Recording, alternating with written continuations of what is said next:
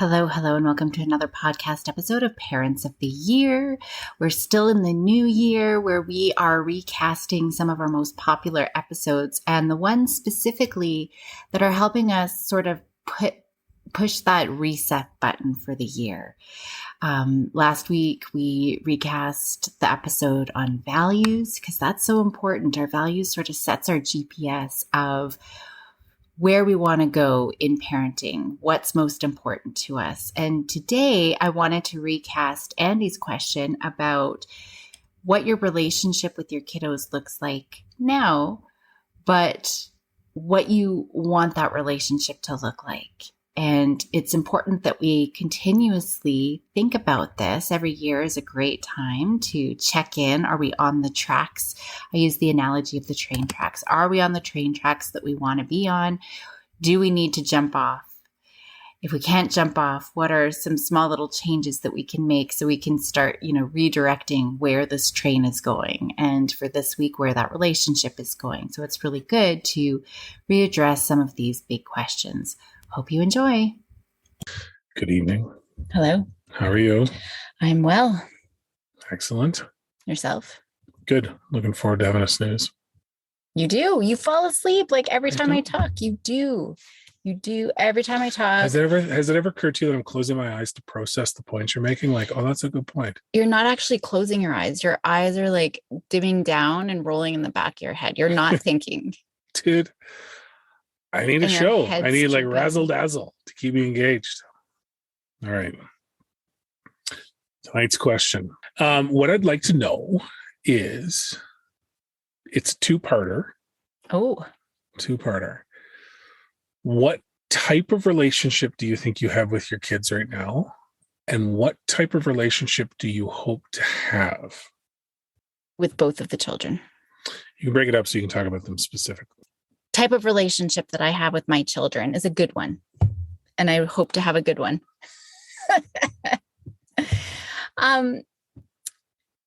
With Willow, she's very open.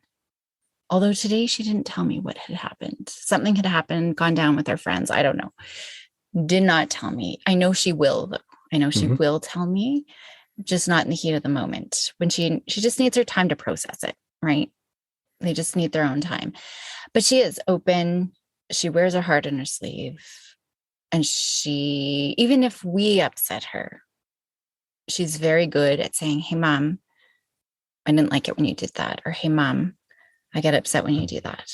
So I think we butt heads a lot, though, as well, but we are able to repair it and move on. And with her, I do feel like, look, your eyes are drooping. I'm literally not doing anything other than listening to you. Okay. Other than falling asleep. I'm not. Okay. It's not as bad as it has been in the past, but I don't even know how to. Like, I don't need fish eyes. Well, I don't know how else to make my eyes go while you're talking. Now you look like an octopus off of Disney when you bug your eyes out like that. I'm all over the place. Are you? Okay, so you got a good relationship, but I mean, is that what you meant? Is that not yeah, no. There's no wrong answer here. I'm just curious to get your thoughts, right? Like, when you had kids, did you see it as you needed to be a confidant? Did you see it as you need, like, some people are all authoritarian all the time? I'm not your friend, I'm your parent. Like, is it supposed to be a mix? Like, how have you approached it, and how do you think it's actually gone?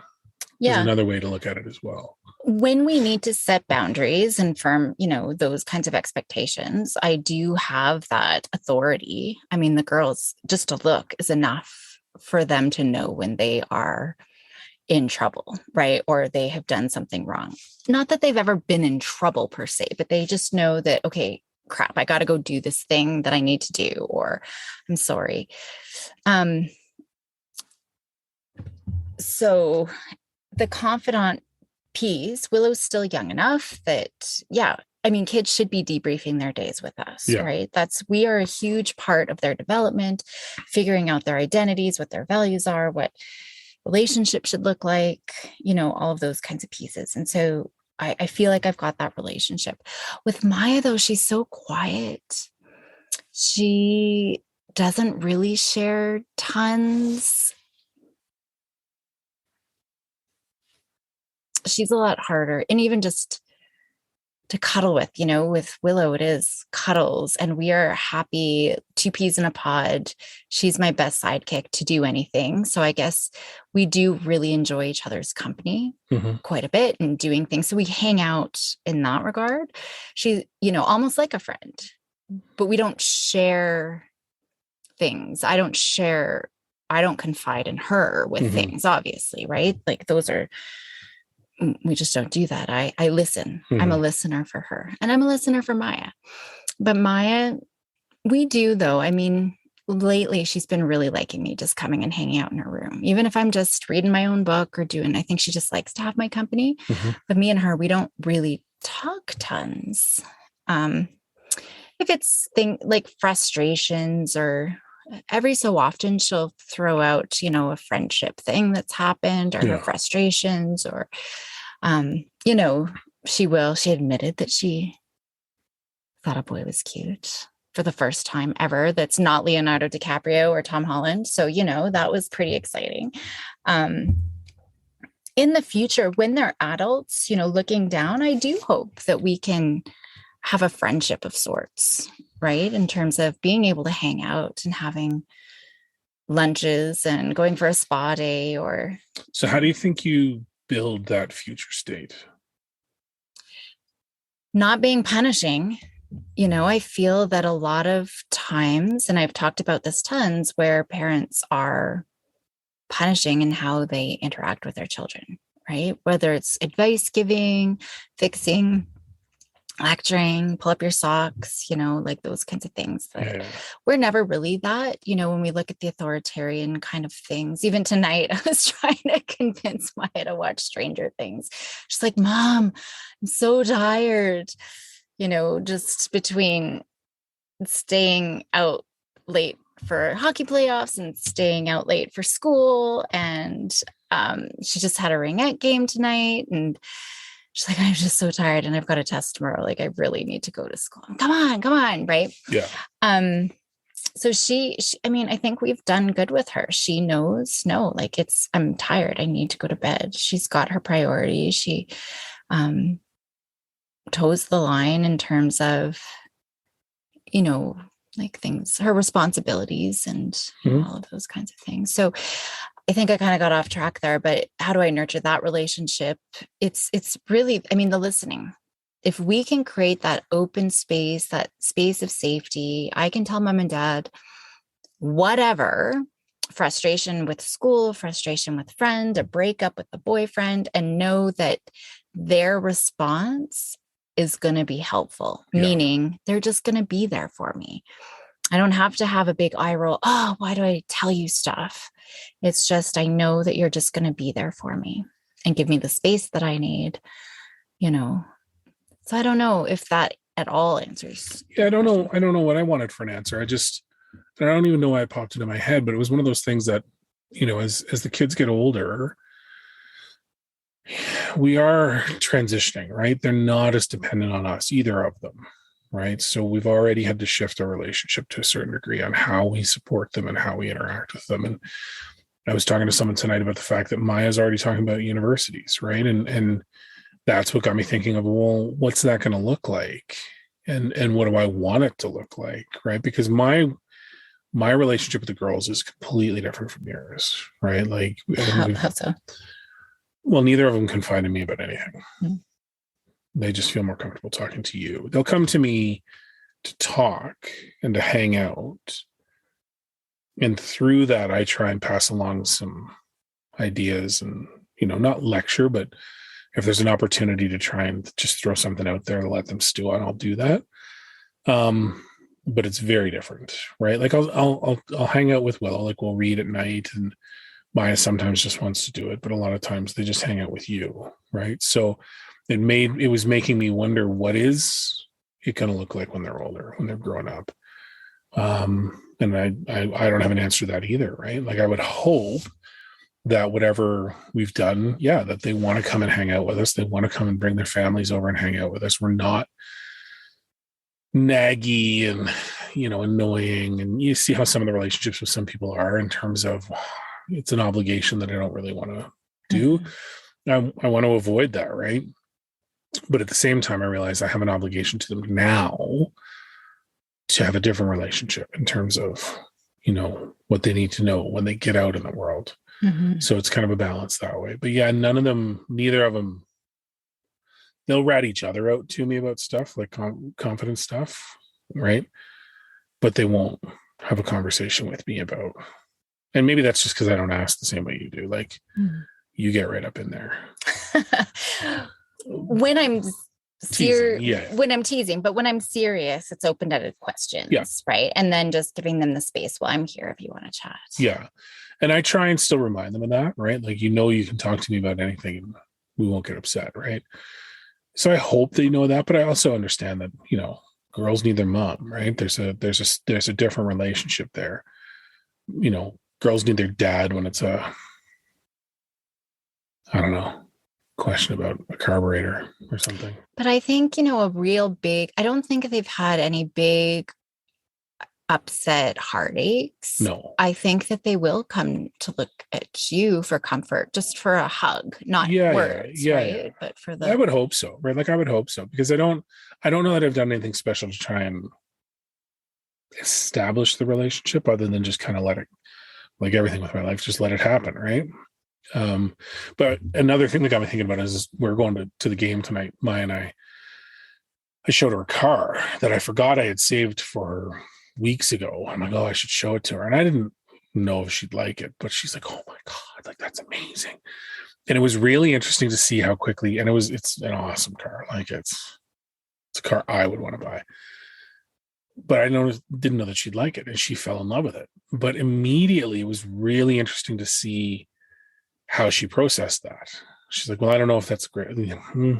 Car like that would be, really tricky, and it'd be tough to maintain. And so the conversation then kind of turned to me trying to give counterpoints for her to consider. Because I'm like, I don't care what car you buy. I know it's on your mind, but any car you buy you're going to have to maintain. Any car you buy, you're going to have to pay for gas or insurance or whatever. So you got to figure out what kind of car you're looking for. And, is a 67 Pontiac 2.2 a practical car? No.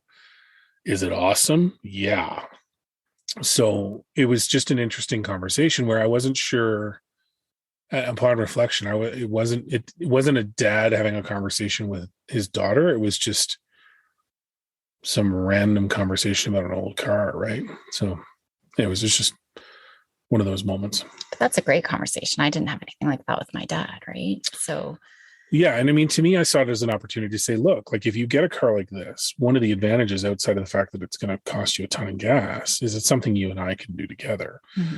I'm not going to work on a Kia if you get a Kia, right? Yeah. And I said that self-servingly. Like, again, I don't think a 67 Pontiac is a smart, practical vehicle. But if it means that she and I can be on the driveway changing brakes or doing the oil change or hanging out, then cool, right? There's a practical application of knowledge there. But it did really get me wondering, what is it going to be like when she's older, right? Yeah. So, well, that practical application thing, I mean, those little memories and moments are going to be lifelong memories that both of you are going to have, that you're going to reflect back on. And I think those kinds of things would be awesome. Like, yeah. I hope that they'll remember and look back at the times that mom was out on the driveway for hours playing basketball with us, or dad was, woodworking with us. And so I hope that we leave and that's kind of the nurturing the relationship and planting all those little seeds of positive little moments, little things throughout the day, throughout the week, throughout the years, over time. So I do hope they have those memories and that we've got those memories to hold on to. Bigger things, yeah. Like, I'm trying to have my grandpa over for Sunday dinners, right? Just to establish, I want to be able to have a family Sunday dinner. So when everybody leaves, we can all still come back that once a week, come together, make it fun. Just right now, we're so busy that it's intermittent if we're ever able to do that, Yeah. Like this week's Sunday dinner was like mostly peanut butter with shreddies. But you know what I mean? Like, I think, but having that, it's going to be really important. There was something else I was going to say, but I can't remember. it would be cool to know that they do come for us for little pieces of wisdom. I mean, now us trying to give it to them will never be good. Yeah. And I think it's easy, maybe just, your comment about, I don't want to be nagging. Sometimes that's a great diving board, is to, if we don't know exactly what we do want, we can start from what we don't want, right? I don't want to be a nag. I don't want to be annoying. Sometimes we have to be. I don't want to feel like, we were putting lots of pressure on them and high expectations that broke them. Mm-hmm. I don't want to give them mommy complexes. I think that's near impossible, but, so then we can look at, well, what is the positive, right? Like, then I want them to see that we were inspirers and encouragers and, push the limits sort of people, like the world is your oyster. No, I get what you're saying. Yeah. And it's going to be interesting, because I think it's going to be completely different with both of them, right? Like, Maya's already planning her steps out into the world, right? She jokes around about being here and having tons of dogs and stuff, but when Willow makes that joke, I believe it. Like, Willow's going to be, I don't know what it's going to be like when she's older. Well, right? See, I kind of think the opposite. But even just now, like, Maya went down to the red box. And for people who don't know what the red lot, sorry. So during the Calgary Flames, when they were in the hockey playoffs, we would have an outdoor viewing area just outside the Saddle Dome, and hundreds of people. Like, the tickets were sold out, within the first minute or two of going on. So she got a bunch of tickets going down to the red lot, and there's a lot of drunken people down there. And I know other parents were nervous. Some of her friends weren't even allowed to go, but I wasn't worried about her. I know you were worried about other people, but I knew she would be responsible. And sure enough, at one point through the night, I said, "How's it going?" She's like, "Oh, I'm just standing by the cops." It's quieter. It's quieter. So not worried about her. And so for her, it's easy for us to not be the naggers and the lecturers and the dictators. But with Willow, I think it's going to be a different experience. She's going to be into lots of trouble, pushing the limits. Yes and no. She will do it if she doesn't think it's a rule that she's breaking. Right. But as soon as it's a rule she knows that can be broken and there's consequences, she typically is too scared to do anything. Oh, yeah. Nothing legal. No. But I mean, right? even just pushing the boundaries as a teenager, right? Maybe. We'll see. Just a lot more attitude. I think she's just going to be so much more vocal than Maya. Maya's getting a little snappier. That's just like, she is starting to get there, but not to the extent that it could be. But my favorite when she does that is to remind her that when she was a child, she said she would never, ever be mean to Mommy and I. I'll never be a mean teenager, Mommy. Okay, remember that. And then she'll say, "I'm not being mean." Although I did have to come tell on her a couple of times.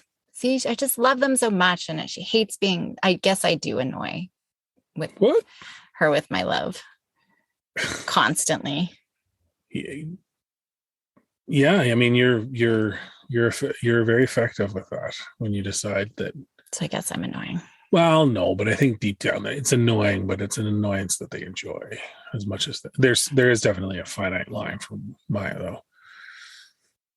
You got to know when to back off, but not an annoyance and frustration so much that she's counting down the days to move out. No. Because there's a lot of kids that I work with who, like, the minute I turn 18, I'm moving out. And I've even had lots of kids at 16 have run away from home because they've had it with their with their parents.